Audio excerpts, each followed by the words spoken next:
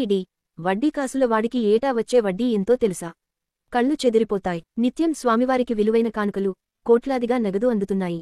మరి వడ్డీ కాసుల వాడికి ఏటా వచ్చే వడ్డీ ఎంతో ఇప్పుడు చూద్దాం.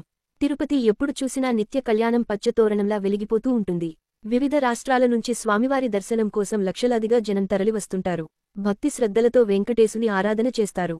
దీంతో నిత్యం గోవిందనామ స్మరణంతో తిరుమల కొండలు మారుమోగుతుంటాయి. తిరుమల వెళ్లిన భక్తులు స్వామివారికి విలువైన కానుకలు సమర్పిస్తుంటారు. వందలాది ఏళ్లుగా ఏడుకొండల స్వామికి కానుకలు, డబ్బు ఇచ్చే భక్తుల సంఖ్య అమాంతం పెరుగుతూ వస్తోంది. ఈ ఆదాయం అంతా కూడా గుట్టలు గుట్టలుగా పేరుకుపోతోంది.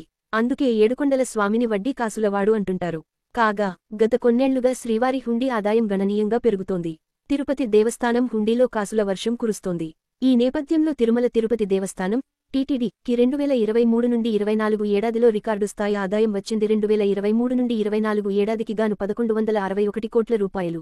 1031 కేజీల బంగారం శ్రీవారి హుండీ ద్వారా వచ్చినట్లు సమాచారం. టీటీడీ ఈ మొత్తాన్ని డిపాజిట్ చేసింది. దీంతో దేవస్థాన డిపాజిట్లు మొత్తంగా 18,000 కోట్లకు చేరుకున్నాయని అధికారులు చెప్పారు. అయితే మొత్తానికి ప్రస్తుతం ఏటా లభించే వడ్డీ 1,200 కోట్ల రూపాయలు దాటిందట. గత 5 ఏళ్ల కాలంలో వడ్డీ బాగా పెరిగిందట. 2018 నాటికి ఏటా లభించే వడ్డీ 750 కోట్ల రూపాయలు ఉండగా ఇప్పుడు మరో 500 కోట్ల రూపాయలు యాడై వడ్డీ ద్వారా వచ్చే ఆదాయం రూ.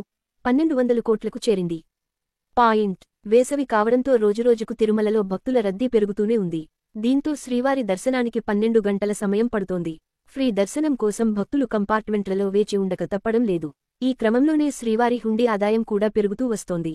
గత కొన్ని నెలలుగా శ్రీవారి హుండీ ఆదాయం ప్రతి నెల 100 కోట్లు దాటుతోంది.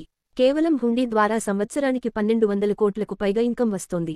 దీనికి దేశవిదేశాల నుంచి వస్తున్న భక్తులు ఇచ్చే విలువైన కానుకలు అదనం.